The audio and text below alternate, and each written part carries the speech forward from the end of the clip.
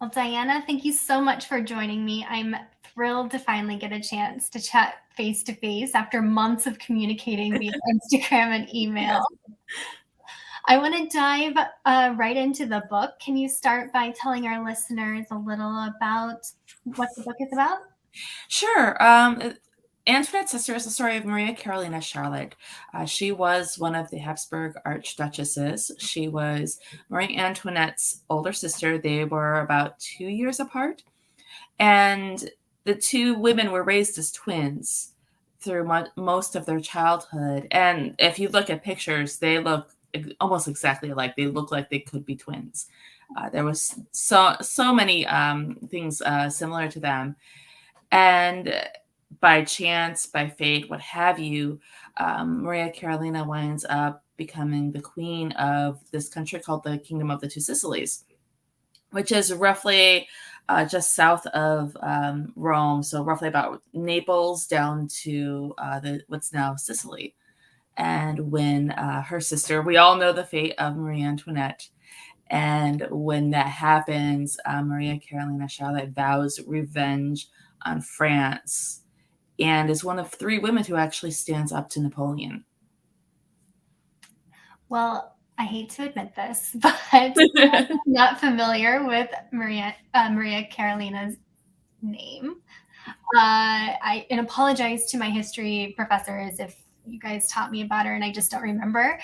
Do you remember the first time you learned about her? Was this someone that you knew well, or No, was I it? didn't know her very well. She really was one of these women who were just lost to history in a lot of ways. And even the Kingdom of the Two Sicilies. I was a big history nerd as well, and I was never taught about the Kingdom of the Two Sicilies in school. It wasn't until I was older that I really, knew that there was this kingdom, but I didn't know too much about it. And I was in the midst of doing edits for my last book, The Woman in Red. And my editor was like, you keep mentioning this Kingdom of the Two Sicilies. I want more history on it. I want you to put more of that into the book. And I was like, okay. And I did what every author does. I spend about a day becoming this expert on this history.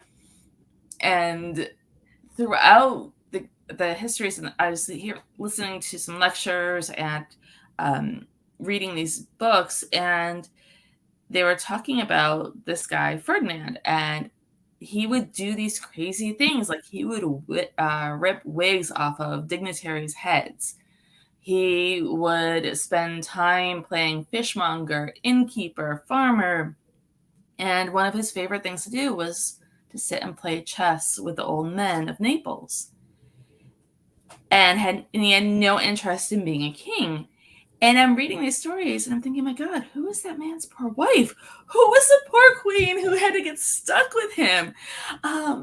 And that's when I went and researched her and I found her story. And immediately I knew I wanted to write her story. I wanted to write this book. I was maybe halfway through her biography when I was pitching it to my agent. It completely engrossed me, and this world that she inhabited and that history. I'm still just like all about the Kingdom of the Two Sicilies. It's one of my favorite things to discuss. I love how researching for your first book actually led into the subject of your second book. As you mentioned, your first book was The Woman in Red, which came out in 2020, I believe. Mm-hmm. Yep. About another woman somewhat forgotten in history. How did you choose Anita Garibaldi? How did you choose her? So before I even stumbled on historical fiction, I was very interested in my family genealogy. I'm Italian, obviously, by the last name. And with my family, I was curious about how they got here. What was their journey like? What boats they came on, and that those questions of how they came here turned into, well, why? Why did we leave Italy? And my family, they're from Calabria and Sicily. And so, and it was, which is also part of Maria Carolina's world, where she would have ruled over my ancestors, which I think is kind of neat. And I was actually in the kitchen with my dad having this discussion about, well, why did they leave? And we were kind of talking about what was going on in Italy at the time. He was like, there's this guy named Giuseppe Garibaldi. You need to look into him more, and then you really need to look into Anita. And I was like, well, okay. And I did that, and there was another woman that just really just gripped me, and her story, somebody I had never heard about in all my life, all my history lessons and things that I took.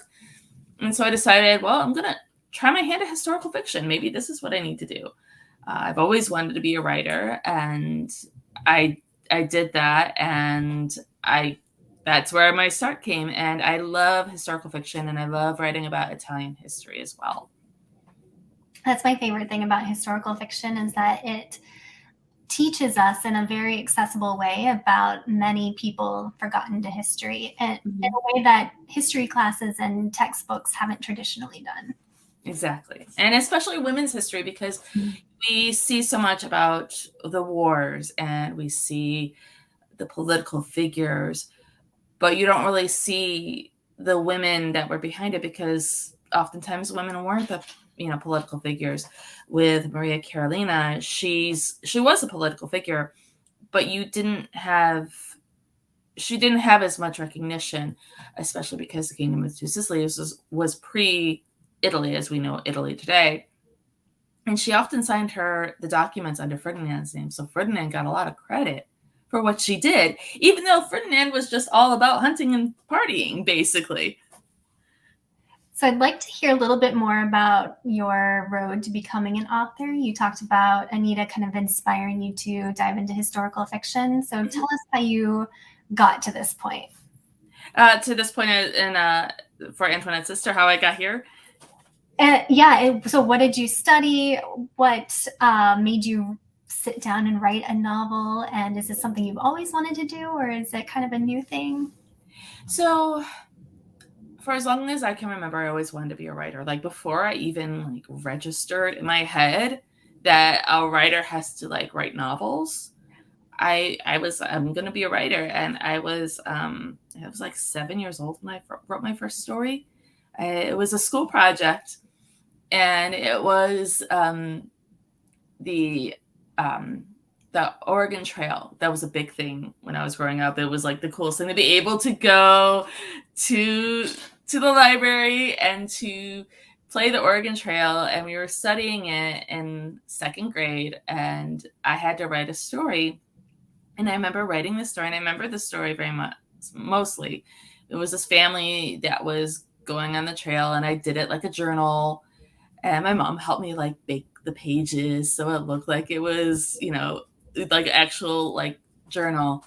And I remember the teacher cried from the story. And I made the teacher cry because, of course, because I am who I am, one of the kids dies.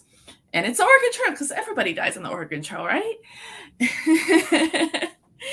And I wanted to have, and so having that feeling that somebody had this emotional response to something that I wrote, I think kind of triggered me to be okay, this is what I need to do.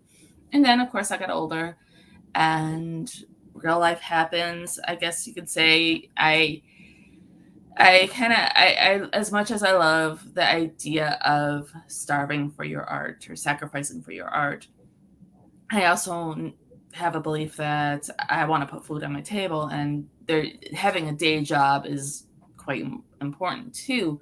So I ended up, I got my degree, weirdly enough, in sociology with minor in anthropology. And I wound up going and becoming a paralegal for 10 years. So it was this really winding road. And I always, I wanted to write, and I went through this stint. I was in my 20s. We were living in Texas at the time because my husband was active duty soldier. And I tried my hand at writing. I was like, okay, I'm fresh out of college. I hadn't started being a paralegal yet. I'm going to give this whole writing thing a go. And I failed miserably. In my head, I felt like I failed miserably. It was in my 20s, writing fantasy, and I got nowhere. And I was like, that's it. I'm not going to write anymore. I'm going to be do something else, but I'm not going to write. And we moved back to California. I met my podcast co-host, Michelle, and we bonded over, both of us are Italian, so we bonded over that, and we bonded over books. And some anthology contest was going on to get your story put in an anthology contest. And she talked me into doing it. And she's like, we won't, submit it. We won't submit it all.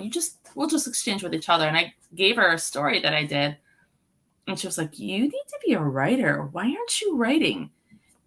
And I told her what happened. And I was like, I'm not going to be a writer. It's just not for me. I'm just going to be a reader. And she was like, oh, no. You're going to be a writer.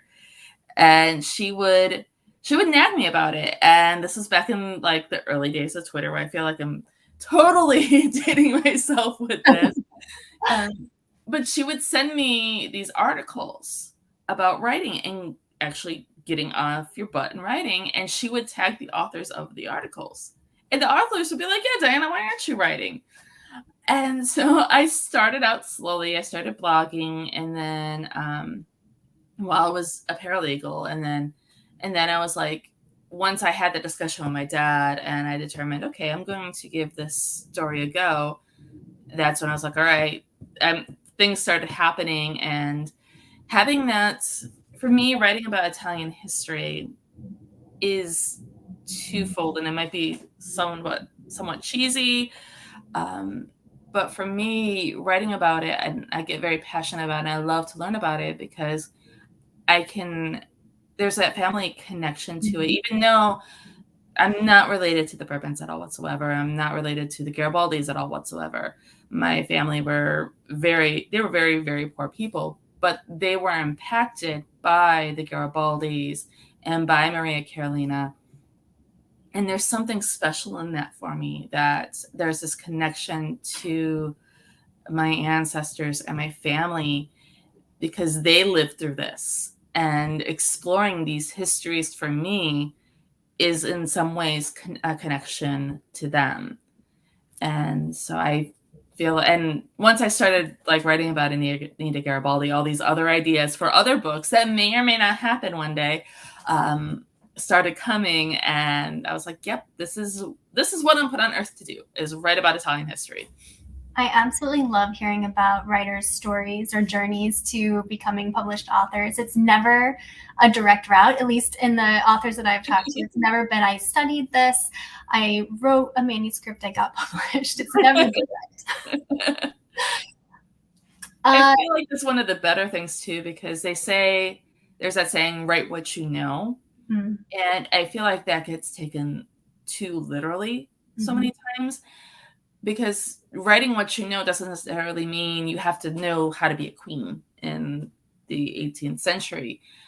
I feel like writing what you know really comes from knowing people, being able to know, okay, this person's acting this way, so I need to, this is how it ends. And so you can't, in some ways, being out there in the world is a benefit to you as a writer, as opposed to just always being in your office with books, which, don't get me wrong, I love that, but sometimes you got to get out there with the other real world, not just your imaginary world. That's a great segue into my next question, is what advice would you give to authors or aspiring authors who are not yet published? Well, obviously that's one of the pieces of advice. The other thing is to read everything from the back of shampoo bottles to the classics. I took a lot of literature classes, and it's important to know grammar, of course, but to know how to structure a story, to see a plot, how it works out on paper, how scenes work out on paper. That's really important to a writer, and to you to learn how to do that. You have those influences in your writing, just like a musician has influences with other musicians. As a writer, you need to have those other influences for your writing to help you become a better writer. You mentioned this earlier, but I want to talk a bit more about your podcast, Wine, Women, and Words. Tell us what we could expect if we tuned in. It's going to be a lot of laughter, I would hope. I don't know. Michelle and I amuse ourselves. She and I, obviously, we've been friends for, God, almost 20 years now, somewhere around there. Maybe I think it's like 10, 15 years. I don't know. We haven't actually done the math, but we drink wine, we talk books, we have a different author on every week. In January, we're reading Antoinette's sister, so we're also talking about it after the author's off the air. So I'm talking about like some of the behind the scenes stuff and discussing the book with her. And then next month we have a book of the month, which is going to be the Paris bookseller.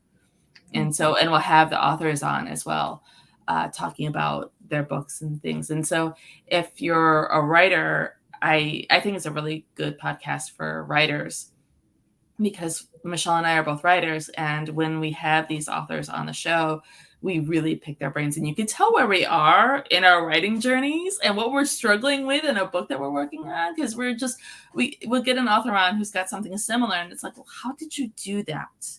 And what about this? And how did you structure that? So that's really our own masterclass that we like to share with the world. I love that. What are you reading right now? What would you recommend others read? I am actually reading from the Neapolitan Quartet. I'm a huge fan of Elena Ferrante. I love her books so much. And the Neapolitan Quartet, you've got My Brilliant Friend, The Story of a New Name. I'm reading the third one, Those Who Stay and Those Who Choose to Leave. I think I might be messing up the title, but it's the third one in the series. And I've gone back and forth because I've read her other stuff. And last year I read My Brilliant Friend in Italian, in the actual Italian language. That's because I'm trying to learn Italian. And so I was reading it in Italian. So now I'm going back and reading the third one, especially because the series is going to come out. The next episodes are going to, I think, in the fall, maybe. So I want to have it read before the next one comes out. But I love her books so much. And can you tell us what's next for you? Do you have a work in progress that you can say anything about? I have a work in progress. However, I cannot say anything about it. My agent has it right now. Trust me, as soon as I can say what it is, I will be shouting it from the rooftops. Well, I want to share where people can find you.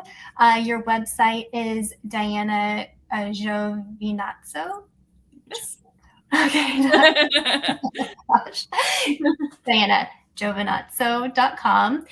And you're Diana G. Author on Twitter and Instagram. Is there anywhere else you would like people to visit you? I'm on TikTok now. I post on videos there now. I'm still learning it and trying to get the hang of it. So you'll see videos of me pop up on there, and everything's Diana G. Author on everything, because I figure it's the easiest way with that last name for social media.